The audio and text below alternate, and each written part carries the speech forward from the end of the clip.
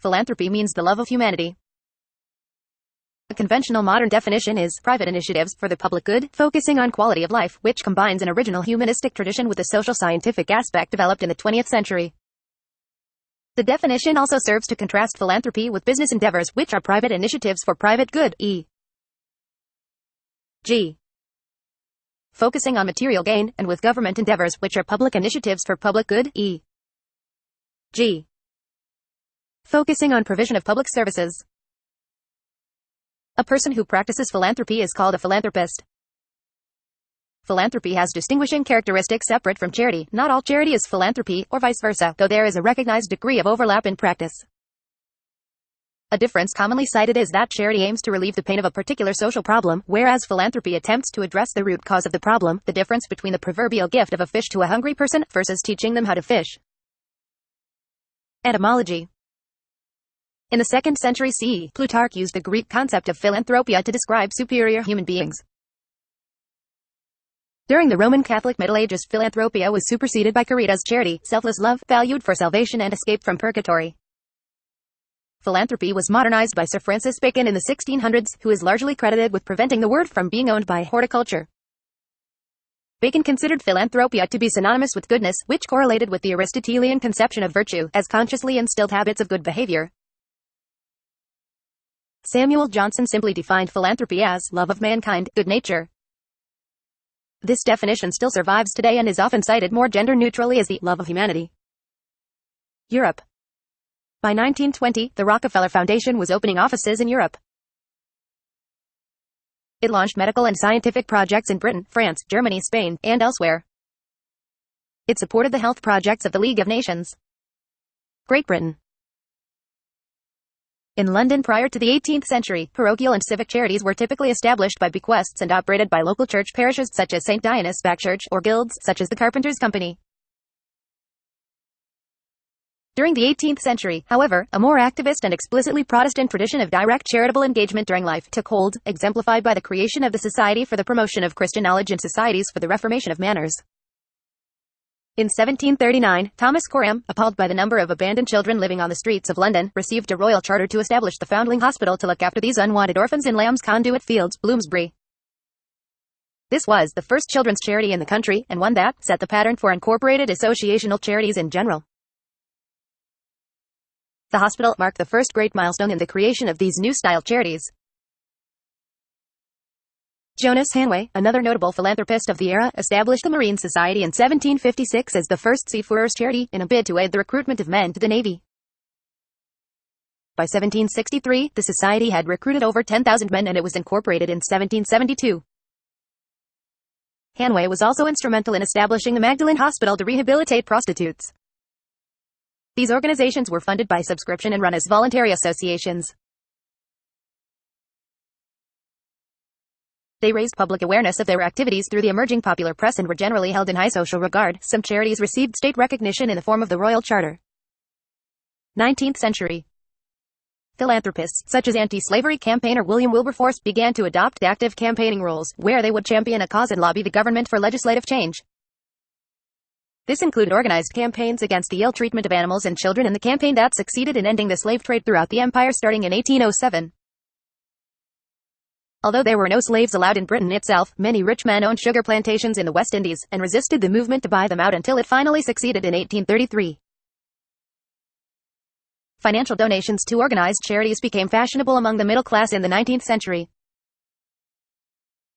By 1869 there were over 200 London charities with an annual income, altogether, of about £2 million. By 1885, rapid growth had produced over 1,000 London charities, with an income of about £4.5 million. They included a wide range of religious and secular goals, with the American import, the YMCA, Young Men's Christian Association, as one of the largest, and many small ones such as the Metropolitan Drinking Fountain Association. In addition to making annual donations, increasingly wealthy industrialists and financiers left generous sums in their wills. A sample of 466 wills in the 1890s revealed a total wealth of £76 million, of which £20 million was bequeathed to charities. By 1900, London charities enjoyed an annual income of about £8.5 million. Led by the energetic Lord Shaftesbury, 1801 to 1885, philanthropists organized themselves.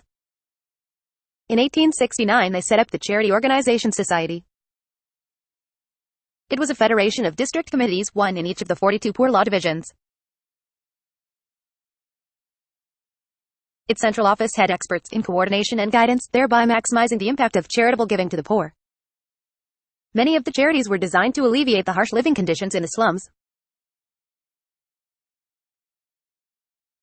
such as the Laborers' Friend Society founded in 1830.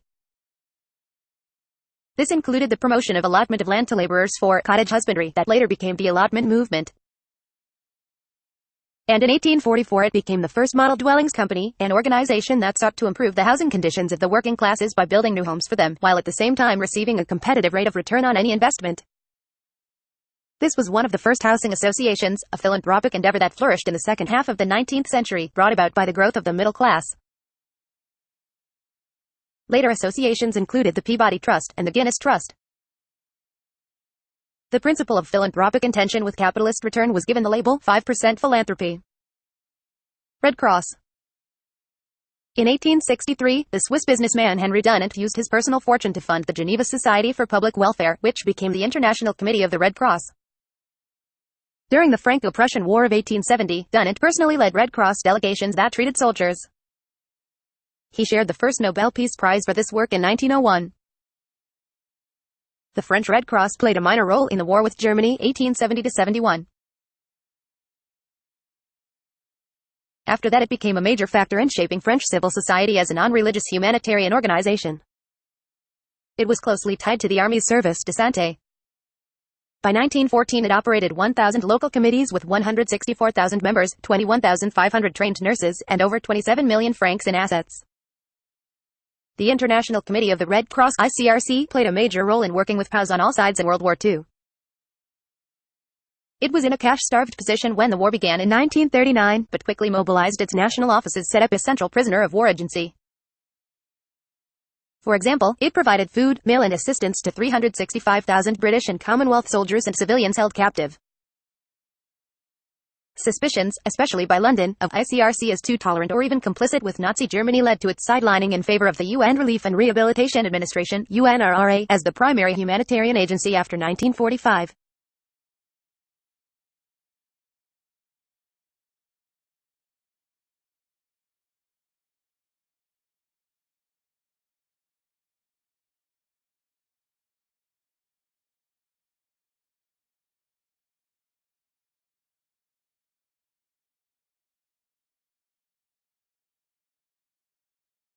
In France, the Pasteur Institute had a monopoly of specialized microbiological knowledge, allowed it to raise money for serum production from both private and public sources, walking the line between a commercial pharmaceutical venture and a philanthropic enterprise. By 1933, at the depth of the Great Depression, the French wanted a welfare state to relieve distress, but did not want new taxes. War veterans came up with a solution. The new national lottery proved highly popular to gamblers, while generating the cash needed without raising taxes. American money proved invaluable.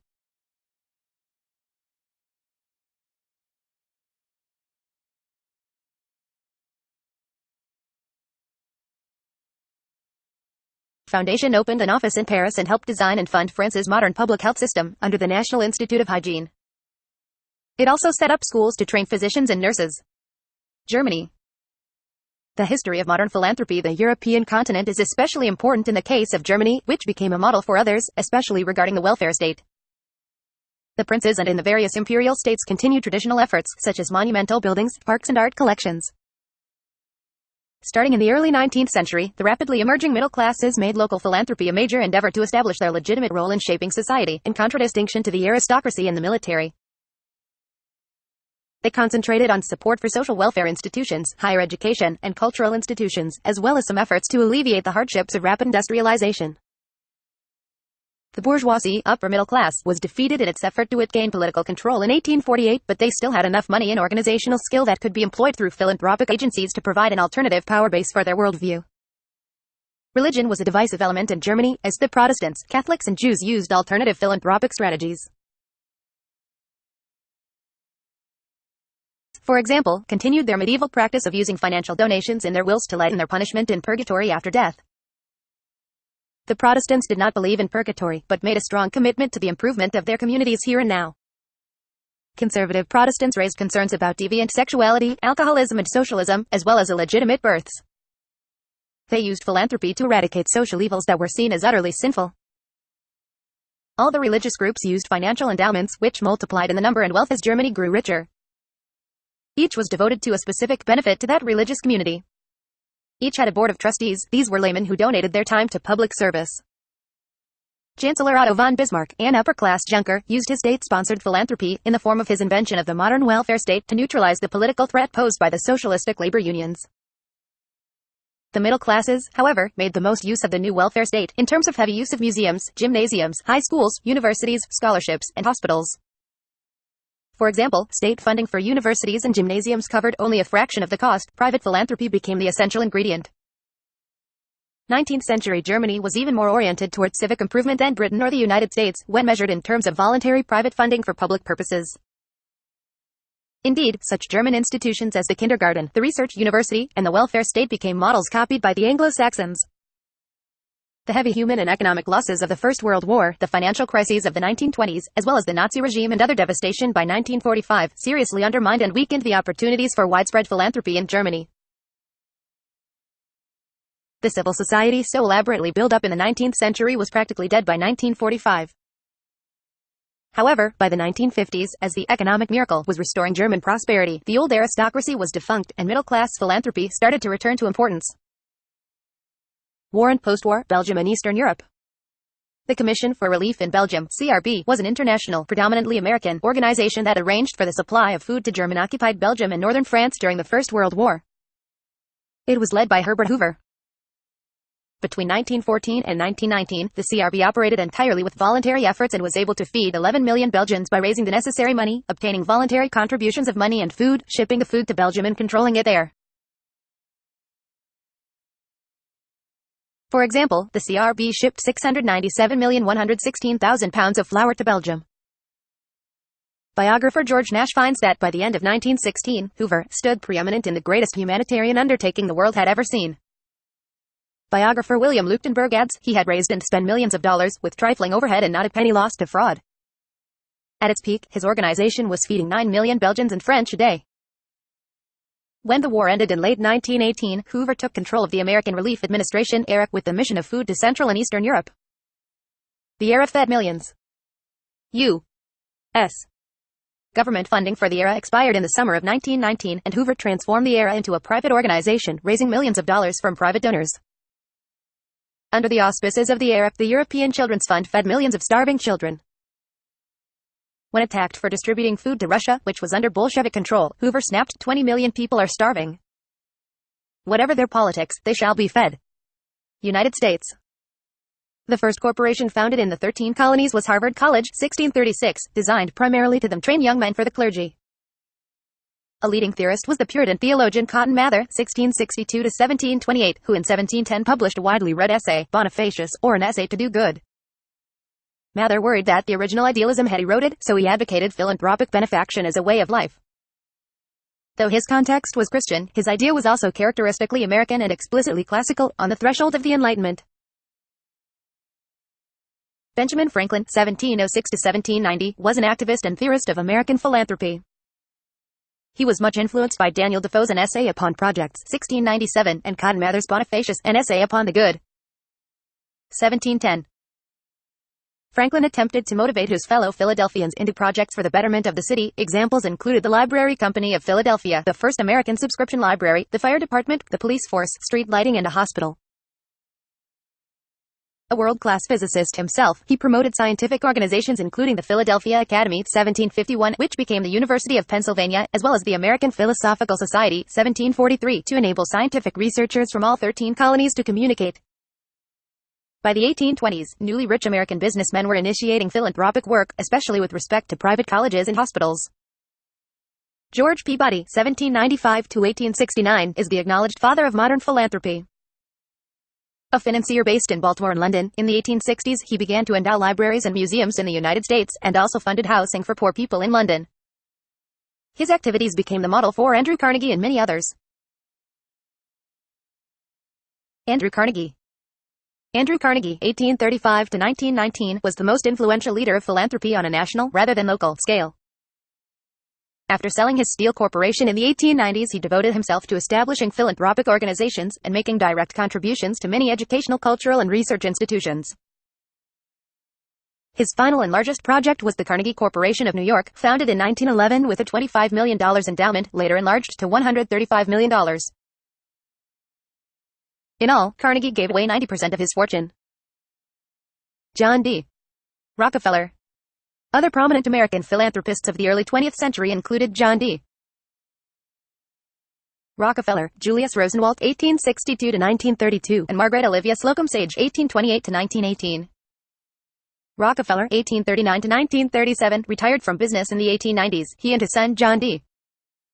Rockefeller, Jr., 1874–1960, made large-scale national philanthropy systematic, especially with regard to the study and application of modern medicine, higher education, and scientific research. Of the $530 million the elder Rockefeller gave away, $450 million went to medicine. Their leading advisor, Frederick Taylor Gates, launched several very large philanthropic projects staffed by experts who sought to address problems systematically at the roots rather than let the recipients deal only with their immediate concerns. By the 1950s, the Rockefeller Foundation was investing heavily in the Green Revolution, especially the work by Norman Borlaug that enabled India, Mexico, and many poor countries to dramatically upgrade their agricultural productivity. Ford Foundation. With the acquisition of most of the stock of the Ford Motor Company the late 1940s, the Ford Foundation became the largest American philanthropy, splitting its activities between the United States and the rest of the world. Outside the United States, it established a network of human rights organizations, promoted democracy, gave large numbers of fellowships for young leaders to study in the United States, and invested heavily in the Green Revolution, whereby poor nations dramatically increased their output of rice, wheat, and other foods. Both Ford and Rockefeller were heavily involved. Ford also gave heavily to build up research universities in Europe and worldwide. For example, in Italy in 1950, it sent a team to help the Italian Ministry of Education reform the nation's school system based on the principles of meritocracy rather than political or family patronage, democratization, with universal access to secondary schools. It reached a compromise between the Christian Democrats and the Socialists to help promote uniform treatment and equal outcomes. The success in Italy became a model for Ford programs in many other nations. The Ford Foundation in the 1950s wanted to modernize the legal systems in India and Africa by promoting the American model. The plan failed because of India's unique legal history, traditions, and profession, as well as its economic and political conditions. Ford therefore turned to agricultural reform. The success rate in Africa was no better, and that program closed in 1977. See also: List of philanthropists. List of wealthiest charitable foundations. Charitable organization. Foundation, charity. Nonprofit organization. Venture philanthropy. References. Further reading. Adam, Thomas. Philanthropy, Patronage, and Civil Society.